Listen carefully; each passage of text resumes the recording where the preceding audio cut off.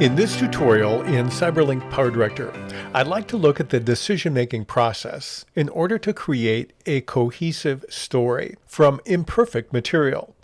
Most of us don't have the luxury of being in a production environment where we can endlessly reshoot scenes or re-record components. Much of what we deal with is very imperfect when we come to editing. What kind of choices can we make to take what is imperfect and tell a great story? I'd like to give you some tips on that in this particular tutorial. Please look at the following example, and then we'll show you some of the decisions you can make to create something like this.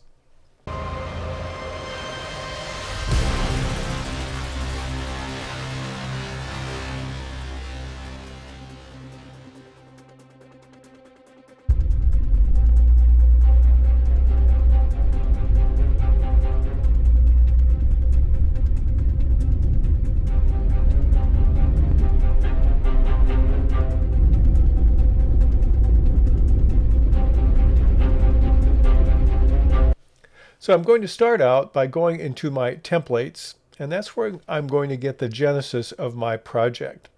Now, in my templates, I have a category called technology. So that's where I'm going to find what I want in this particular video. So we're going to move through the options we have here, and I have one that says the secret universe. It has a planet Earth on it. I'm going to take it and double click on it. It will start to play it in the preview screen. That will work, so I'll double click. It will begin to load in my template designer.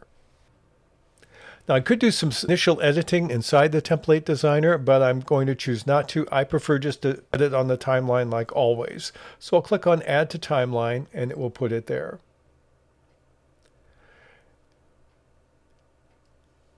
And what I see I have is I have an initial track, a cool video on track 1. I have a title on track 2 and on track 3. I have a particle on track 4. When I click on that, you see it's outlined. And then I have some audio. I don't like the audio, so I'll replace it later. I'll delete it right now. And I really don't want the particle, so I'll take that and remove that. And the titles, I normally would press the F2 function key and edit them.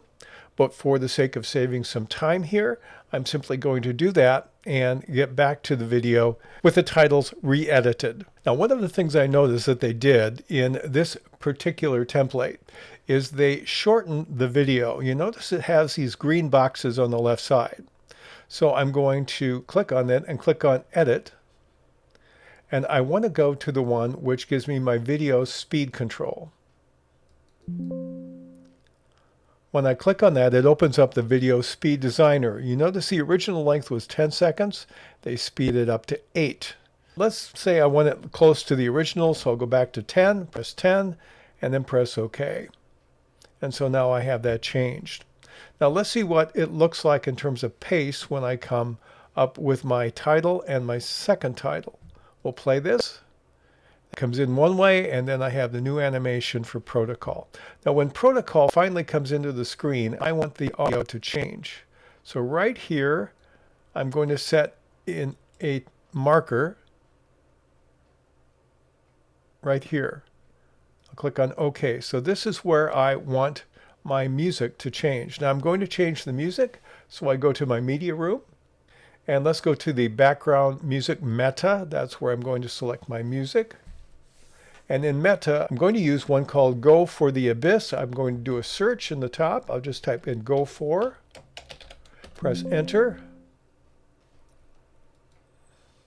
And here's the one I want. I'll take and drag it down to this track. What I want it to do is I want it to really bounce up right here at the timeline marker. And in order to do that, I'm going to have to shorten it. I'm going to eyeball it in this case. We'll click right about here. And we'll split it, delete this part, leave the gap, and we'll move it over and see if we're close, a little bit behind here. That looks pretty good. Now what I'm going to do then is extend it back to the beginning so we have the music.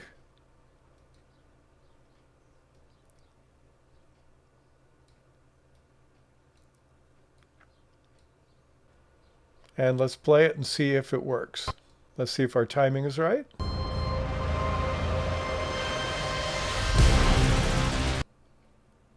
It's a little bit late, so we'll trim it again. See if this works better. That works pretty good. Okay, so now I have my intro. Now I'm going to change it in order to add some of my major transition into my first scene. So I'm going to go back to my media room, and I'm going to go to stock media. And here in the stock media, there are a couple of things that I want to pull down to use in this particular intro.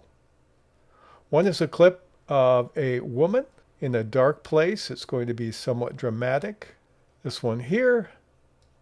And the other is going to be a clip of a wheel spinning in a car because she's going to be threatened by an approaching vehicle. Now, one of the things I want to do is I want to make sure that the color coding in these is similar. So I highlight both of them and then click on color match.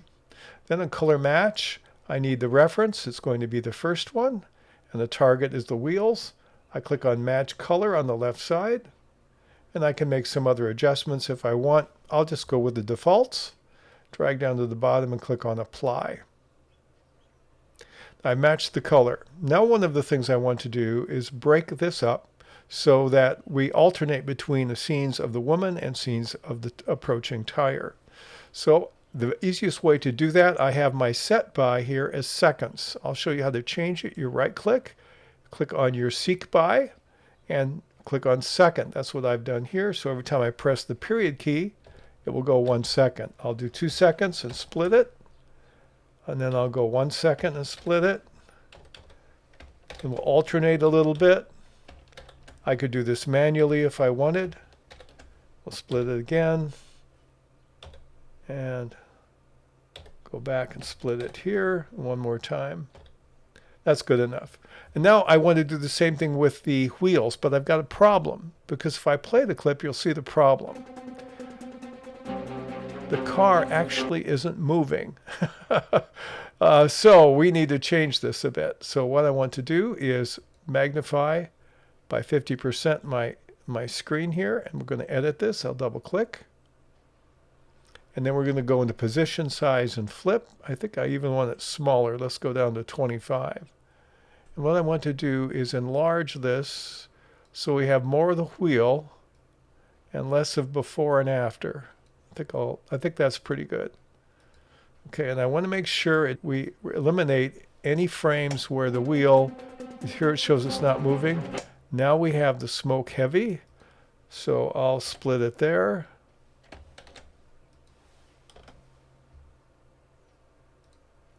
And we'll go back to the beginning and we'll play this segment here. Let's enlarge it again back to normal size. And we want to make sure we can't tell that the vehicle's not moving.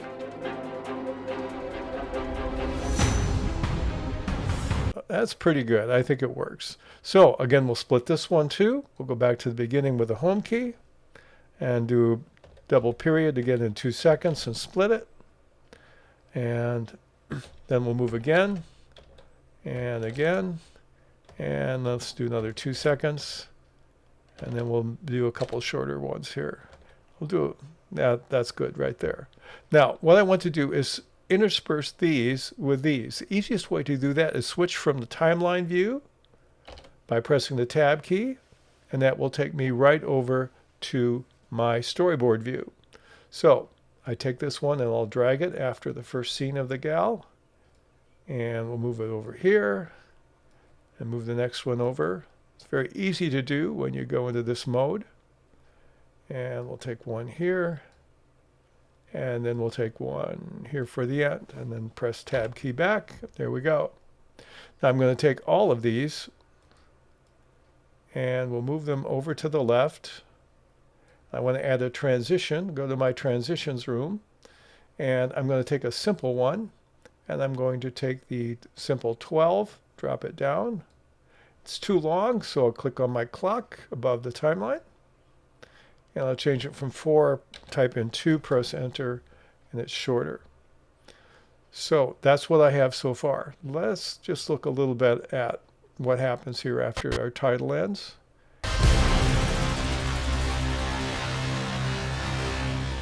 We have our transition coming up.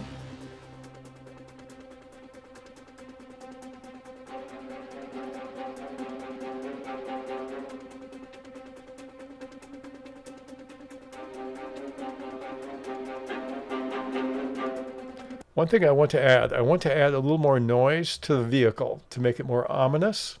So I need to go back into my media room. I'm going to go to sound effects.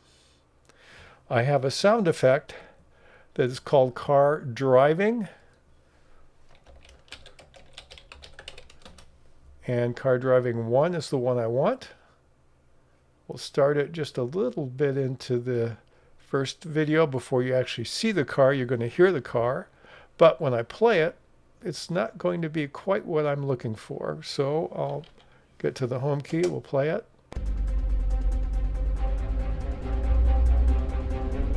You can start to hear it here. I think I'm going to even cut off the first part of it and then move it back a bit. But I want to change it. So with that selected, I'm going to click on Edit. We'll go to our audio editor. And I want to go to my equalizer. Let's take our lower tones. I want to make this more gravelly sound. We'll raise these up. Let's preview it. That's good. That's a little more ominous. Okay, then I'll click on Apply. Click on OK. I'm also going to take that audio track and widen it a bit so I can see what's going on. And then what I want to do is increase the volume, hold the Control key down, and we'll change the keyframes for the audio. We'll raise it up so it gets very dramatic here and stays that way. Okay. The last thing I want to do is play the whole thing. Let's give ourselves some more room. Enlarge it. Let's see what we get when we try the whole thing.